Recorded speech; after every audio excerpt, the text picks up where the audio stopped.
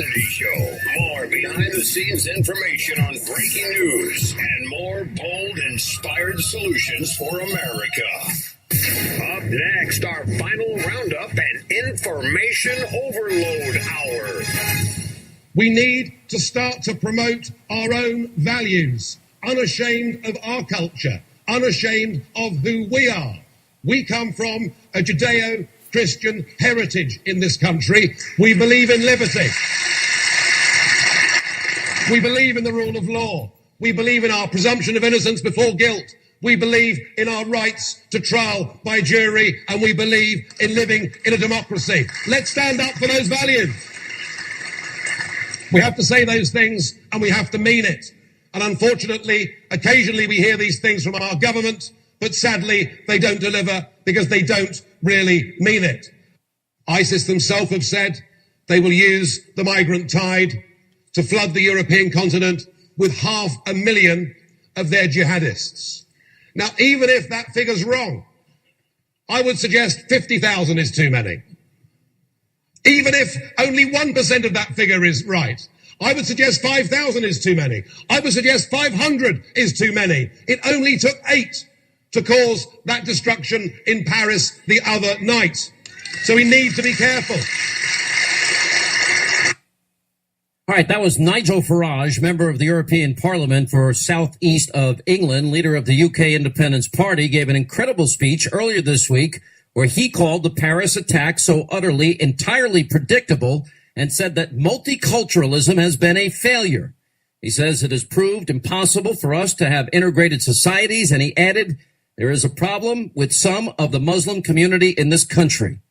Anyway, he joins us right now. There are some unbelievable statistics in Norway. Recent statistics reveal that 100% of violent street rapes committed in the capital city of Oslo were committed by non-Western immigrants. Similar story in Denmark. The majority of rapes committed by immigrants. In England, there's also been the rise of a rape culture again there. And joining us, that's all true, Nigel, is it not? I'm afraid, I'm sorry to say, it's 100% true. And, this word multiculturalism, it depends what you mean by it.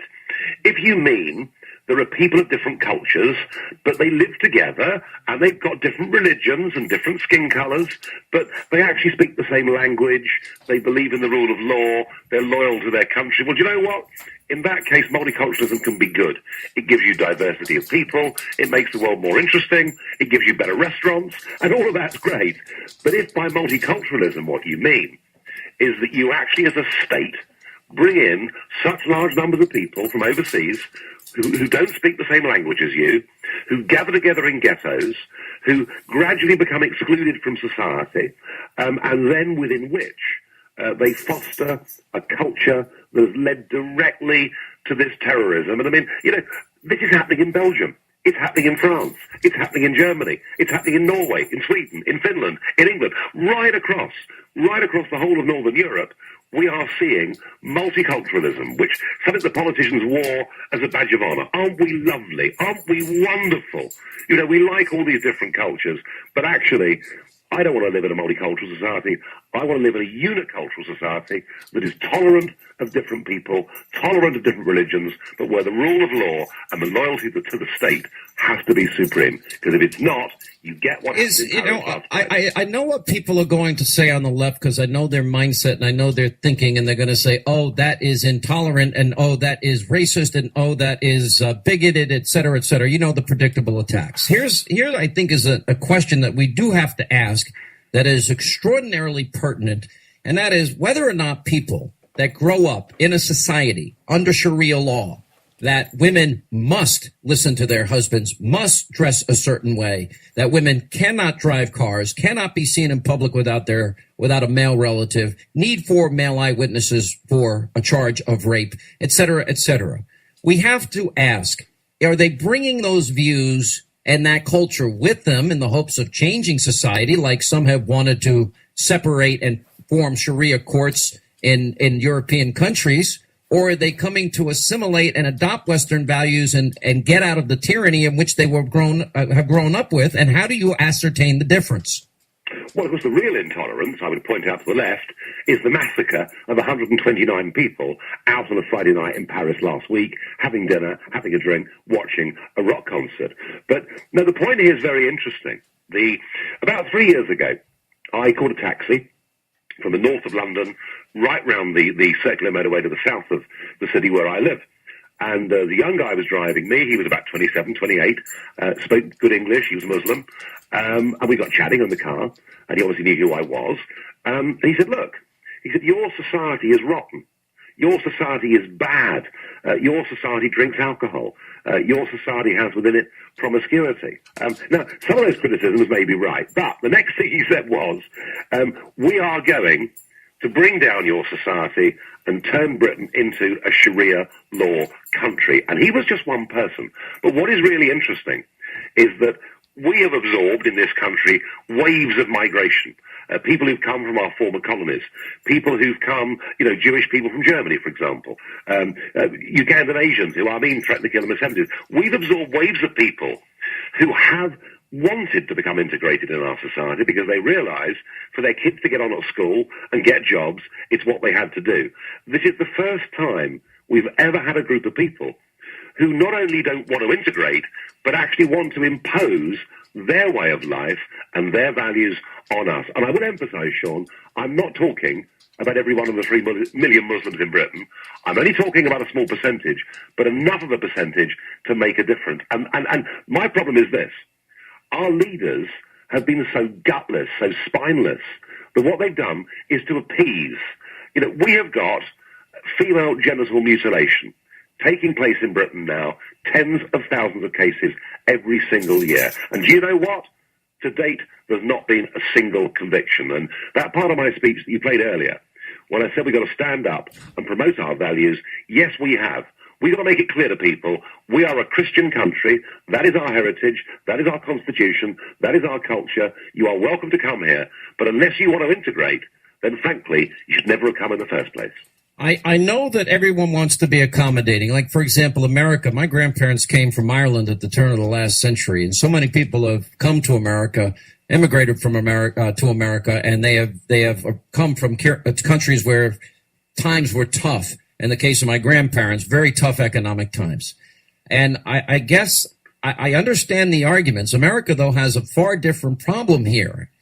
Every intelligence official that I respect in America, the FBI director, the National Director of Intelligence in America, the Assistant FBI Director, the Chairman of the House Homeland Security Committee here in America, they're all warning the same thing, that what happened in Paris is going to happen here, that it's likely that ISIS will infiltrate the refugee community. That is putting American lives at risk, which to me is unacceptable. And for the president to be so dismissive of what is a real, clear, and present danger is unfathomable to me. Now, I want to ask you some questions. Now, I understand the Muslim population of France and Britain, et cetera, has gone up fairly dramatically. How has society changed? Have people, by and large, been willing to assimilate, or have they tried to bring their culture over? Because you keep hearing polls. For example, there was a poll in France last year, I think, that said, 16% of Parisians support ISIS. How would that ever happen? Well, take the UK as an example. The UK Muslim population has just hit 3 million. That has increased over 75% in the last 10 years. Just gives you an idea of the scale of what is actually happening here. And the vast majority, I'm afraid to say, of UK Muslims live now in what effectively have become ghettos. They are doing, on average, badly educationally, badly in the jobs market, reliant on welfare, and not having a particularly happy time, which of course makes them more vulnerable to some of the extreme messages that get pushed out in the mosques. And really, that to me is the biggest problem here, that we have got countries like Saudi Arabia, who America and Britain talk about as being our friends. But let me tell you something. Saudi Arabia haven't taken a single migrant or a single refugee from Syria or anywhere else, and yet they're prepared to fund 200 new mosques to be built in Germany. So actually what we're seeing with big, rich Saudi money is an attempt to turn the north of Europe, to change the north of Europe into being a Muslim country under a different kind of law. And you know, we can sleepwalk into this. We can appease. We can be scared of the left-wing media. We can allow our children and grandchildren to grow up in a divided society without liberty, democracy and freedom, and where women find themselves going back several hundred years. But I'm not prepared to do that. I'm going to stand up and fight. Well, I understand. And what is the sympathy? Where are the sympathies of the people in Europe now lie? We keep seeing that there's going to be some dramatic changes in the voting there, and that immigration is the primary issue on people's minds. Oh, it's the number one issue because it's everything. It's security, as we've just discussed, but it's also, you know, if as a government you've no idea what your population will be in 2 or 3 years' time because you have an open door to immigration, how on earth do you cater for hospitals? How on earth do you cater for schools, for any kind of social roads, anything? So no, this is the number one issue, and we're seeing new political parties. The Swedish Democrats now topping the polls in Sweden. Marine Le Pen topping the polls in France. But here's a figure that nobody in the States will yet have seen. There was an opinion poll out this morning in France that showed amongst the 18 to 34-year-olds, Marine Le Pen and the Front National were now on 40%. So there is a young generation across Europe saying, we do not want to live like this. We are sick to death of the gutlessness of our parents. Yeah, well, I understand where everybody is coming from here, and there are arguments to be made on all sides. But the bottom line here is there or is there not a clash of culture? Is there a clash of culture as it relates to somebody that grows up, for example, in a predominantly Muslim country under the rigors of Sharia law and Western values? Now, to me, those values are the antithesis of the values of America and the values of Western countries and the values of freedom and the values of equal rights among women and other religions and other minorities. If people are saying convert or die, or people within that religion are saying that, and we can't ascertain who is extreme and who is not, that to me is a risk that I would be unwilling to take. Well, it's a risk that I'm unwilling to take, and yet I'm living as part of the European Union, something, of course, that President Obama seems to be wildly in favor of, and I very much hope for a change of regime at the next election. But we are admitting hundreds of thousands of people every single year from those North African and Arab states, and we're not doing a proper security check on any one of the people that are coming. And I fear that our values of common law, our values of liberty, free speech, our values, albeit they've taken time, but our values of equality for sexes, for races, all the things that we want to believe in a modern society are now under threat. And the answer to your question is very simple. Sharia law and common law are completely inconsistent and equal opposites to each other. And that's the really scary part. And it seems like we're just unwilling to say it. You know, the president actually made the comment, well, the people from Syria, even though we don't know if they're radicalized because we're told by our intelligence that ISIS will infiltrate that community. I just can't believe we're at this point. All right. So tell me how, on a scale of 1 to 10, how has the culture of Europe shifted and changed?